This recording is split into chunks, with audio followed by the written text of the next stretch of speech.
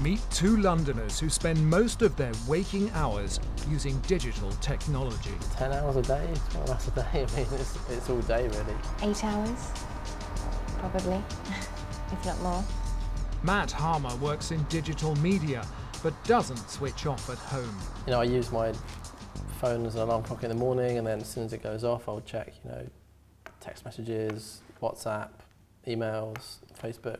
Natalie Kent is an actress and acting coach, but digital media never leaves her side. When did I realise it was getting out of hand? When I realised it was the first thing I do and the last thing I do in the morning and before I go to bed. Wherever you look in the capital, it seems most people are online and on their smartphones.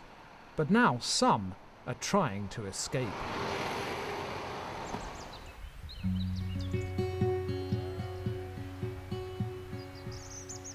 In the heart of Wales, in the Brecon Beacons National Park, is a valley so sheltered no mobile phone signal can reach here. And it's the ideal location for people wanting to leave them behind. Welcome. How are you? Nice to meet you. How you doing? You could call it a digital detox camp.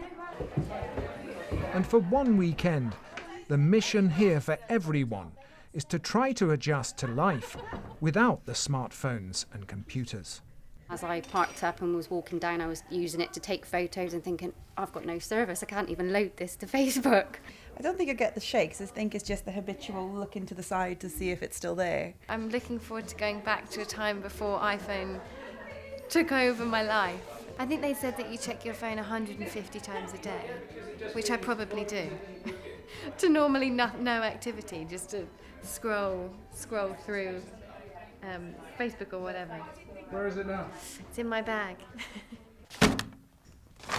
But not for long.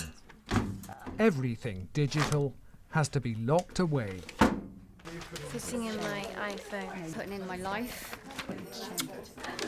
With a reason given for doing it. My intention is to forget about work emails and not see any more ice bucket challenges for the weekend. I'm a phone addict.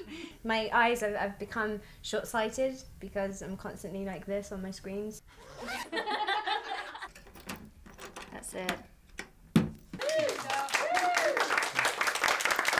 I found it strangely liberating not to have the option of looking at my phone. You put it in there, you actually think, oh, I can kind of relax now.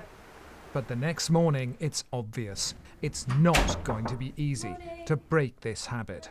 My mind thought, oh, I better just check my phone. Like, what's going on? I might have a text message or something. I've just seen 10 people, 11 people, clutching their smartphones even though they weren't using them. And back in London, Dr. Arik Sigman, a health education specialist with an interest in excessive screen time, confirms it can be very difficult. Withdrawal symptoms, people crave the devices and they often crave them physically. It's interesting that some studies find it isn't just they can't keep in touch with their friends, they physically crave the ability to swipe technology.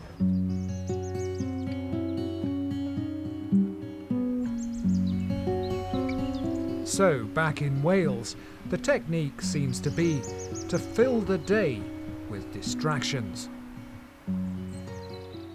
I'm not worrying, patting myself down. Normally I'd be patting myself down to make sure I've got my phone on me. I tell you what I have thought about is I'd like to take a picture, and I can't because I haven't got my phone. But barring that, I haven't thought about it. And then there's the Digital Detox Workshop. Do you take your phone to the toilet? One step forward means yes. Do you check social media throughout your working day?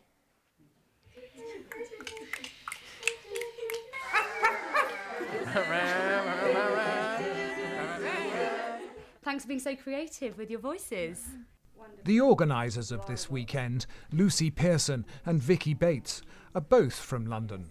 The point of the sound workshop was just to highlight the difference between natural noises and technology noises and just that constant pull for your attention. And both quit their jobs because they'd had enough of digital media. I was constantly looking at a screen all day, and I just thought, this just isn't right. I need to break away from this kind of this terrible habit I've formed. Kind of found out that my life was happier when I wasn't looking at screens as much. On the second evening, there were some relaxing sounds. You could call it musical therapy, and it seemed to be having an effect. But the next day, it was back to work. This is a digital detox, and a big part of our communication as human beings is in our eyes, and we completely miss out on it when we communicate through digital media. So from now on, no words, just looking into the person's eyes. Shh. Just see the beauty, this beautiful, amazing, unique person.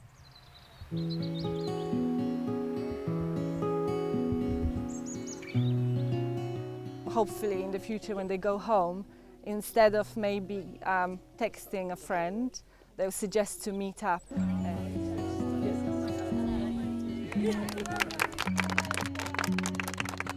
If you want to communicate with the people that really matter to you, then face-to-face is the best way to do it rather than digitally. Didn't you know that before? I did, but I didn't appreciate it, I guess. It's really heightened it and made it quite prominent that texting and WhatsApp and actually are meaningless, really. And then, at the end of this digital detoxing weekend, it was time to give those devices back. Oh, so strange. Hi, darling.